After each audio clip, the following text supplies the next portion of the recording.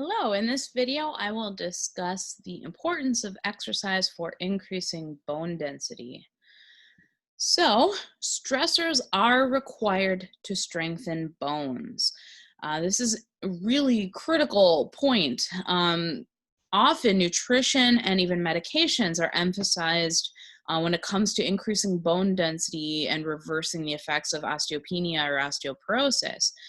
But no amount of vitamin D and calcium, or even medications that might make you more sensitive to vitamin D and calcium, no amount will reverse osteoporosis or will improve bone density without the stressors that are necessary to strengthen the bones. And when I talk about stressors in this case, I'm talking about gravity and skeletal muscle. So, gravity acts as a stressor on our bodies. So the weight of gravity, our bones have to be stronger to resist that weight of gravity. But even more importantly, the pull of skeletal muscles on our bones is an important stressor that causes the bones to get stronger.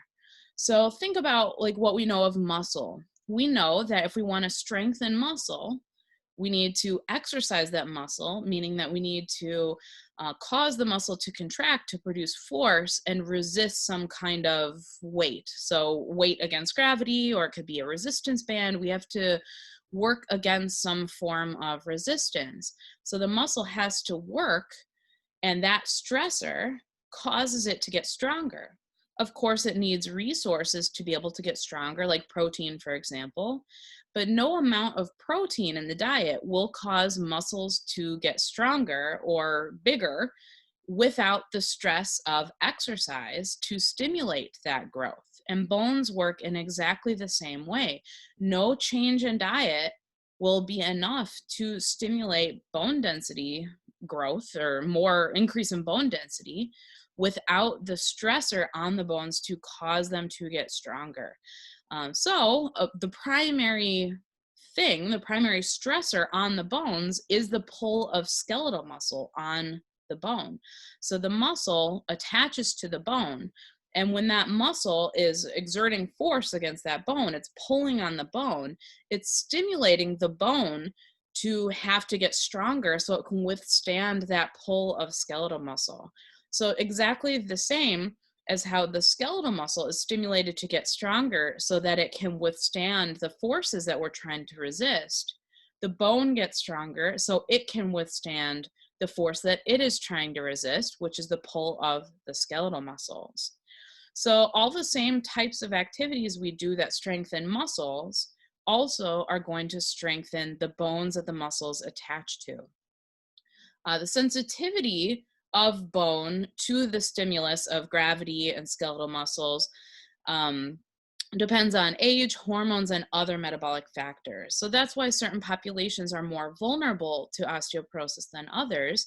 It's because of mostly age and hormones that make somebody more vulnerable to loss of bone density. Also, the response to stimuli is dose dependent. What that means is how much bone density we build in response to exercise depends on how large the dose was of exercise. So, more exercise where we're working against gravity and using our skeletal muscles is going to lead to more bone density. Now, importantly, weight bearing and resistance exercise are what we need to increase or improve our bone density. It has to be weight bearing, so we have to be working against gravity. And the more we're working against gravity and the more weight we are resisting, so like not just against gravity using body weight, but if we actually lift weights or do other forms of resistance exercise, that is going to have the greatest effect on our bone density.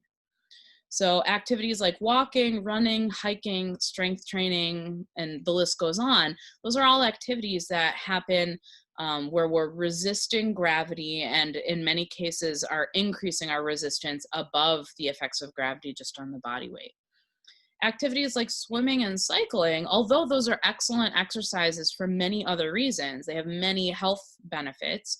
They are not great in terms of weight-bearing exercise for bone density. So in swimming and cycling, it doesn't give us that stimulus that we need to cause the bones to get stronger.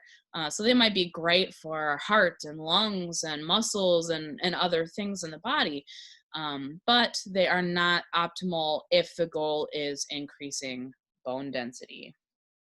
Okay, I hope that helped, and thank you for watching.